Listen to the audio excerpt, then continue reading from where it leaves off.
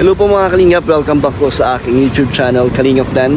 And ngayon po ay may interview po natin si Kalingap Edu sa mga po nag-request po at sa marami pong gustong kamustahin sa Edu. Ito po, meron po tayong short interview po. And tara po. Nandito po tayo mga Kalingap kung saan po marami pong naganap dito na mga eksena. Madami pong memories po dito. Isa na po dito si Reyna. And syempre si Edu, Rochelle, at marami pa pong mga Kalingap beneficiaries and angels po ang nandito na nagkaroon ng mga memories. Pure Health, ano ang mga naaalala mo sa Bagasbas Beach? Ay, marami. Madaming ganap dito, Daming memories dito. Magagandang memories. Ay, oo, maganda talaga. Yung naabot kami ng gabi. Minsan malamok-lamok ka ng konti. Unang-una kaya yun, kaya Rochelle. Itong lugar na to dito, banda dito kami madalas nung. Yun ba yung nagpaalam? Oo, Si dito rin Rowan. yun. Oo, dito rin yun. Okay, ano pa ang naalala mo eksena sa ano naman? Sa ibang ibang blood team? Yung yung Edrica. Ano? Meron din May dito. ano? May habulan ba dito, no? Meron din. May habol na nangyayari dito. Kaya medyo to eh. Memories na Memorable itong itong beach na to. itong party na to dito, to?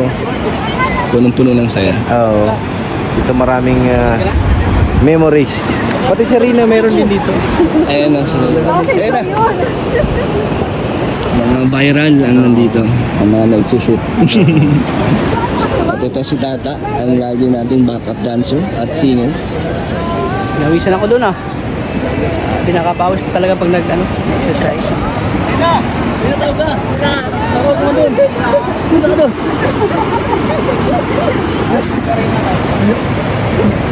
Biro si Rina.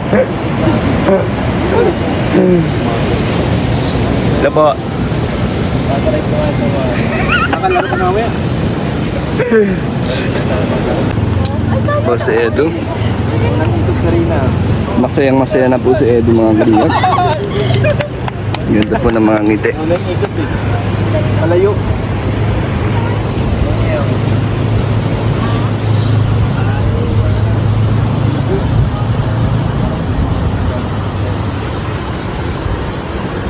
Ayan!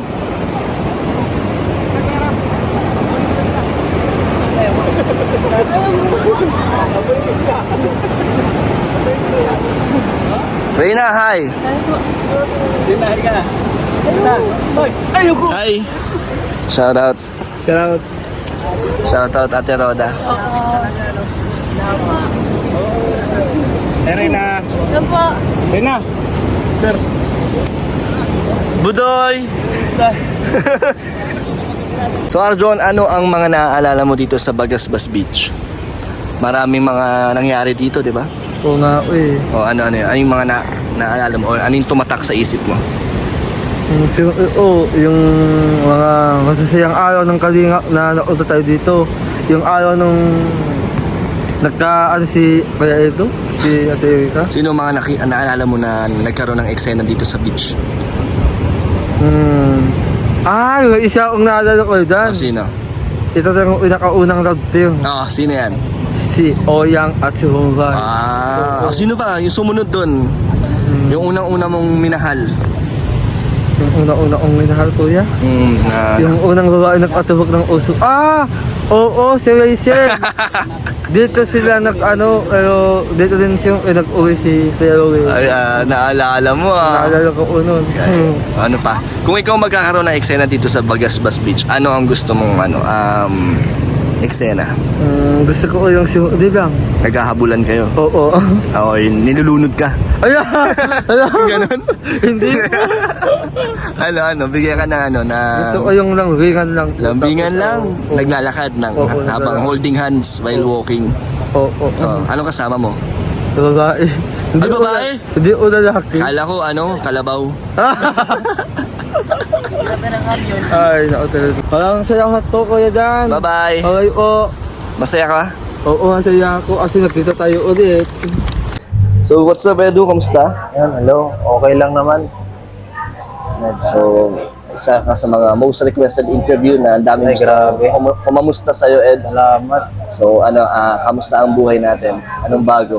Okay lang naman. Ito, ang bago ay mas marami tayong tutulungan sa channel natin at Kaya nga, sa channel mo, napakaganda ng takbo ng YouTube mo. salamat po sa suporta ng mga viewers natin at di tayo iniiwan basta-basta. Salamat po sa inyo dahil sa inyo to lahat. So, ano ba ang nangyari? Ano ba ang naging pagbabago sa yung YouTube? Mas lumakas ba ngayon? Mas dumami ang sumusuporta sa'yo? Oo, medyo dumami. Salamat kasi yung talagang goal natin bilang vlogger isa yun. Tapos, siyempre, dahil siguro nakita nila naman kung gaano ka-sincere yung ginagawa natin na nabiyaan tayo ng kahit magandang views ngayong buwan. So, yung sipag mo, yung pagtsatsaga mo, nagbubunga na. Oo, salamat. Kasi matagal na rin mga isang taon na. Simula tayo sa 10-10 views, hanggang sa nag-20, hanggang sa nag-30. So, tingin mo ito na yung break mo na dumating na ang channel mo. Sana ma-maintain. Kahit isang taon, sana ma-maintain. Okay, so paano mo ma-maintain to? Itong ganitong takbo ng iyong views? Siguro mas maging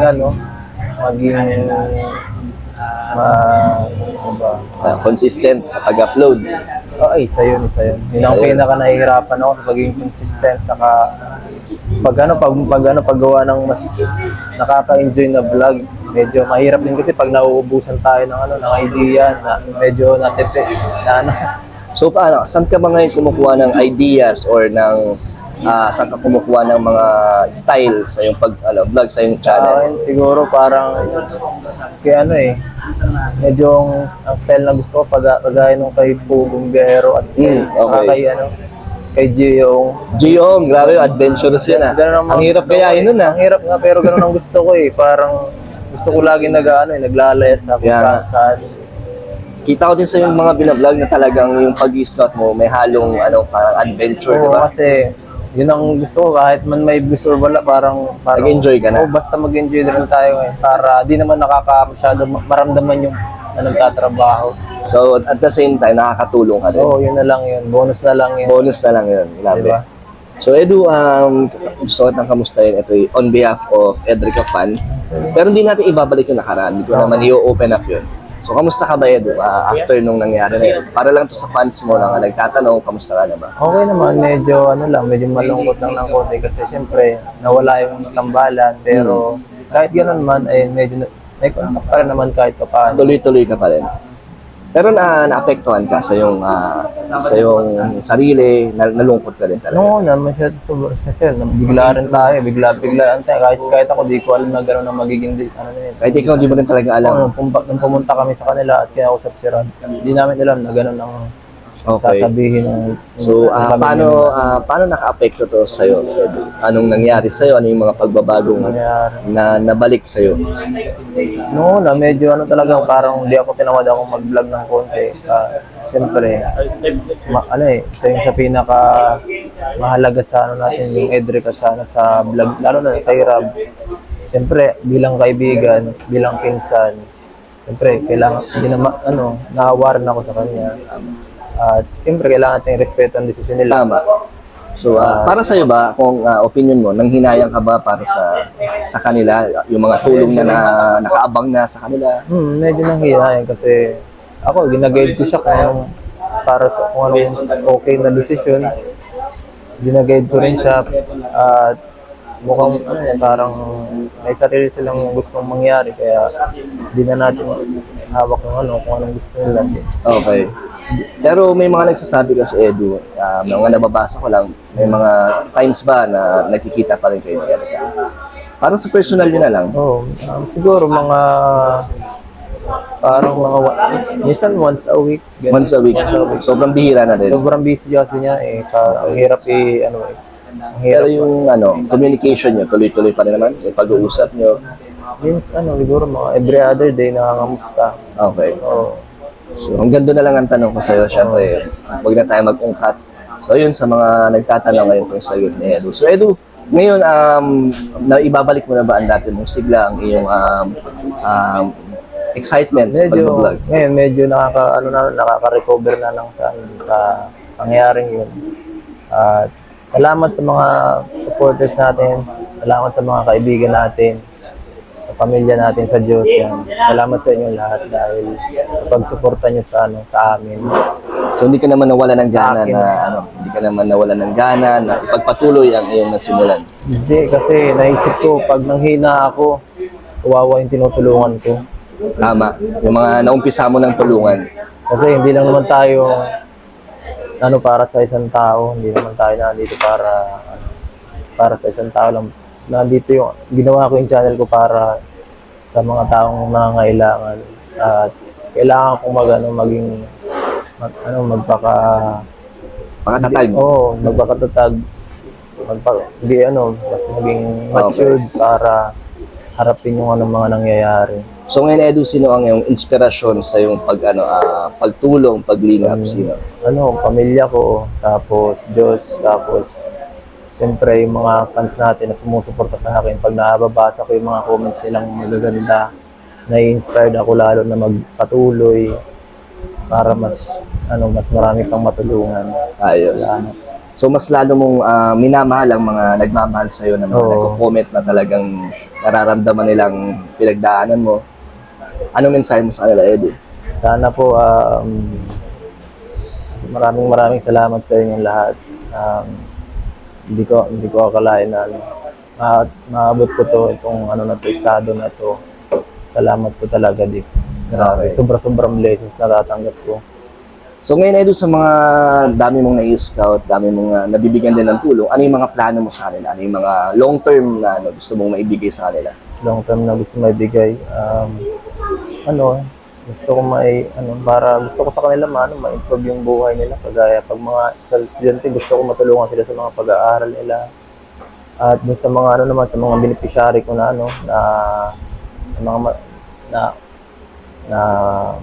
tawag dito, medyo hirap sa trabaho, gusto kong bigyan ng kahit Pangkabuhayan. simpleng kabuhayan lang. Okay.